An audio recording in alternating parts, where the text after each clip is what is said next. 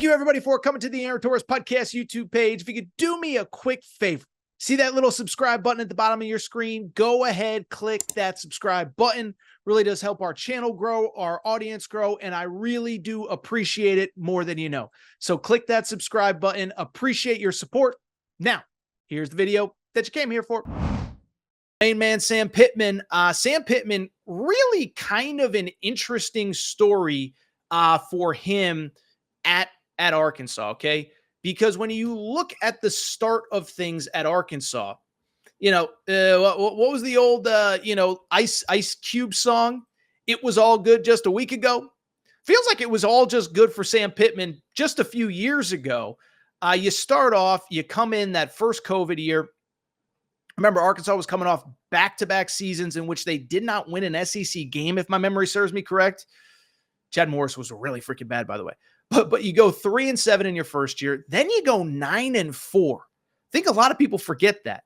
But from there, you go 7-6. You barely win a bowl game against Kansas. It was a crazy shootout. What was it, like a 55-54 final score? And then last year, obviously, the bottom fell out at 4-8 overall. So it's an interesting deal with Sam Pittman. I think what's interesting to me, it felt like, was he even going to get this year? It felt like things got so bad down the stretch, but they give him another year. But what's also interesting and what is also true, he got a little bit of the benefit of the doubt by hiring Bobby Petrino as his offensive coordinator. And it's wild. I know I've told this story on this show a million times, but I was in Fayetteville. I was at Arkansas when they hired Bobby Petrino. It was the week of the Duke-Arkansas basketball game, early December. And I will tell you, the Duke game was great. The fans stormed the court. But the crowd, all they wanted to do was get a glimpse of Bobby freaking Petrino, who was in the building that night being introduced as the offensive coordinator. And so I keep going back to it, but all you heard all night long, we want Bobby, we want Bobby. Like, the fans clearly love the guy. I think, to Sam Pittman's credit, I don't even think Sam Pittman necessarily wanted to hire Bobby Petrino. I think he was maybe told he had to. But independent of that, what's also interesting to me is that did buy him some goodwill. And as importantly, this offense should be really interesting. And listen, I'm not a camp report guy. I'm not going to go team by team, whatever. The one thing I can't tell you, there are a lot of people at Arkansas that say their quarterback, Talon Green, the transfer from Boise State, has maybe been a little bit better than they were expecting so far in fall camp, and even since the spring since he came. Because you look at this guy, I mean, he was kind of a crazy athlete, had a good season a year ago, all of that, but actually kind of sort of regressed last year. His best season probably was that 2022 season. Higher completion percentage, more touchdowns, fewer interceptions. Last year, 11 passing touchdowns, 9 rushing touchdowns. Everybody says he has looked really good under Bobby Petrino. So that's the good news if you're Sam Pittman. You probably made the right offensive coordinator hire. You probably got the right quarterback out of the portal. And it is worth noting on Arkansas, like, people forget this. They went 4-8 last year. And on top of that, by the way, we got 1 million Arkansas fans that watch this show. Hop in the comment section. Tell me if I'm an idiot. Tell me if I'm totally wrong. But the vibe that I get is that there's kind of some quiet optimism that this team could maybe be a little bit better after being picked to finish 14th in the league in the preseason poll. So you have talent. The other thing I was going to say, and I kind of tripped over my own words, but Arkansas last year, they went 4-8. What's easy to forget, they lost a lot of close games. 5 games by a touchdown or less. And it wasn't just that they lost 5 games by a touchdown or less, but what was as interesting, it was against some of the best teams on the schedule, okay? 3-point loss to LSU, essentially a walk-off field goal. 7-point loss to Ole Miss, at Ole Miss. Ole Miss is a really good team.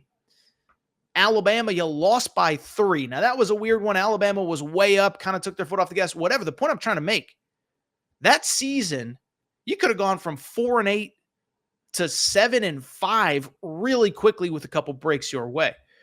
So that's the positive for Sam Pittman.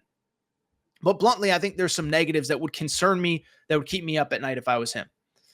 Not only is the schedule tough, now it's not impossible by SEC standards. One of the few teams, by the way, that does not play Georgia, or Alabama. So that's the positive. The negative, though, is it is tough. It is tough early, and there are a lot of tough games away from Fayetteville early in the year. Now, listen, I understand that in this SEC world, nobody has an easy slate anymore, but just look at this Arkansas schedule.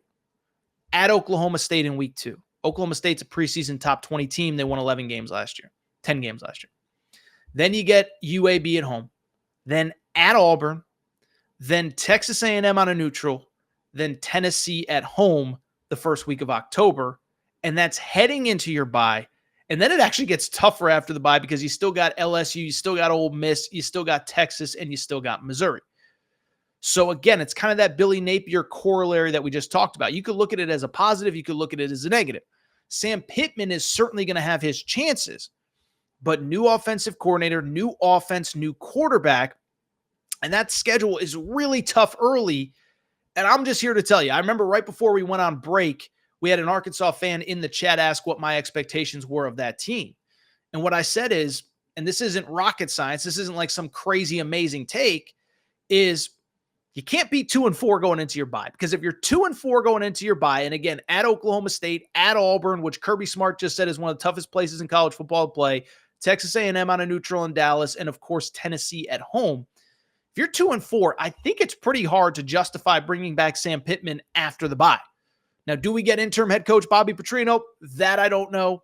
I tend to think that T. Will, the defensive coordinator, would probably be the interim head coach. But the bottom line is, if you're 2-4, I don't think that Sam Pittman's coming back. And here's the crazy part. And this was something I forgot, and I was kind of doing some homework over the weekend.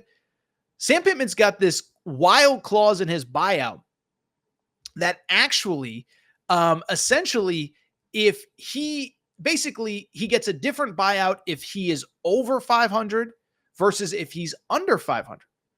And so what's interesting to me about Sam Pittman is you start 2-4, the school is actually incentivized to pull the plug right there.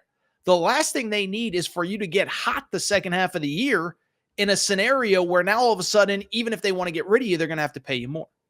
So that's the interesting thing about Arkansas. And one more thing, of course, in true Taurus fashion, I'm already going way, way, way long on all of this. But what I do find interesting about Arkansas is something that I've heard from the fans and the people around that program, really, I think over the last 6 or 7 months, is that I think that John Calipari, yes, we're talking basketball now, but I'm going to get back to football in a minute. I think John Calipari has opened the eyes of Arkansas fans about how unique their setup is in this NIL world, okay? We know it's an NIL world. Even with revenue sharing coming, I get that it's going to be a different landscape. But at the same time, even with revenue sharing, you're still going to need money from boosters, whatever. You're still going to need a collective. Collectives aren't going away. Their importance might be decreased a little bit. You're still going to need that collective, though, to help, with the NIL situation. And so what I think John Calipari has kind of uncovered at Arkansas is when you can get all those boosters in the same direction in a state where there are no other FBS, Power 4 football programs, no Power 4 programs in general, not just football, but across sports. And there's no professional teams. And so everybody's pulling in the same direction. All the businesses want to see you succeed. And to bring it back to football, I've talked to a couple, I wouldn't call them high level boosters. I'm not talking about John Tyson here, but I've talked to a couple Arkansas people that are like, we think that this job in this NIL world is now way more appealing than it was even 3 or 4 years ago when Sam Pittman took the job. And I think there's a lot of Arkansas fans that are curious. If this job opened with the NIL setup that we have, I'm not saying there's a John Calipari out there that's going to leave, as a Hall of Famer to come to Arkansas. But is there a guy at a ACC school, a Big 12 school, maybe even like a Big 10 school, like one of those second, third tier Big 10 teams that's like, I think I'm a pretty good coach, but I don't have the resources. I got no chance to compete here. Let me go somewhere where I can compete. And so I look at Arkansas. I think it's a very, very, very interesting setup. And I think because of it, I don't want to say as much administrative support, but I don't think there's as much of a thirst for Sam Pittman to come back. I know I said Billy Napier like a 5.5 in terms of, do I expect him to come back? Do I not? Well, I will say I think Sam Pittman's like a 8 in terms of 0 being, I think he's 100% back, 10 being his seat is on fire. There's 0% that chance that he's coming back. I'd put it at an 8 that he's back.